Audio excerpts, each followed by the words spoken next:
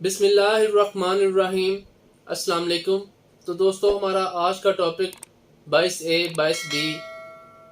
चूँकि मैंने गुज़िश्ता टॉपिक में भी 22A 22B का ज़िक्र किया था, लेकिन इसमें हमने जस्टिस ऑफ पीस की पावर्स और ड्यूटीज़ को तफसीली एक व्यू के साथ चलना है। इसको हम देखते हैं कि इसमें जस्टिस ऑफ पीस के क्या क्या इख्तियारात हैं और उनकी क्या क्या ड्यूटीज़ हैं।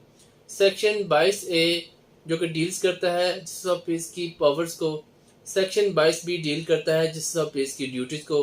तो section 22A sub section 1 justice of peace को दफात 54, 55 में डेलीगेट करदा पुलिस के तमाम तार इख्तियारात दिए गए हैं। पुलिस फोर्स के मेंबरान की ड्यूटी लगाई गई है कि वो किसी ऐसे फर्द को गिरफ्तार करे या उसे फरार होने से रोके जिसने कोई कॉग्निजेबल ऑफेंस मेड आउट किया है या कोई क्रेडिबल इंफॉर्मेशन उसके खिलाफ आ जाती है, तो वो ऐसे शख्स को रोक सकते हैं, उसे गिरफ्तार कर सकते हैं।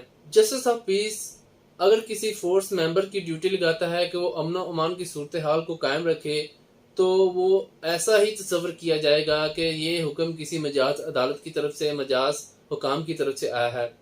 Justice of peace locality area से लोगों में मौजूद किसी फर्द को शनाख्ती सर्टिफिकेट इशू कर सकता है, उसकी तस्दीक कर सकता है, उसे वेरीफाई कर सकता है। अगर कोई कॉग्निजेबल ऑफेंस मेड आउट हुआ है तो उस पर एफआईआर के इंदराज का हुक्म कर सकता है। तफ्तीश को एक ऑफिसर से दूसरे ऑफिसर में तब्दील कर सकता है। अगर पुलिस है काम ने अपने इख्तियारात का नाजायज़ इस्तेमाल किया है या उसको इख्तियारात दिए गए हैं, उसने अपने इख्तियारात का इस्तेमाल करने में गफलत इख्तियार की है, तो उस पर भी एफआईआर के इंदराज का हुक्म दे सकता है। ये थी सेक्शन 22A जिसमें पुलिस के पावर्स को डिस्क्राइब किया गया।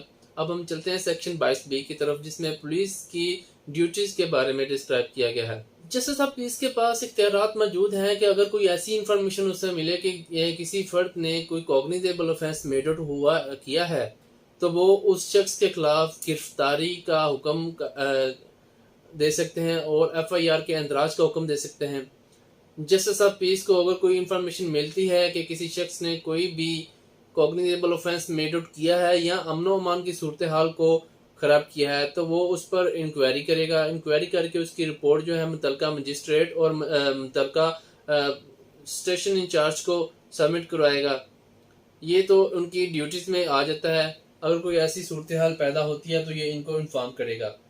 तो हमारा आज का टॉपिक 22A 22B पर मुश्तमिल था, जो कि पहले भी एक तो वीडियो में इसको हमने एक्सप्लेन किया है।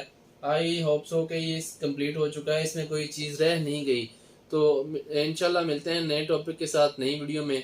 Thank you. अल्लाह हाफिज़।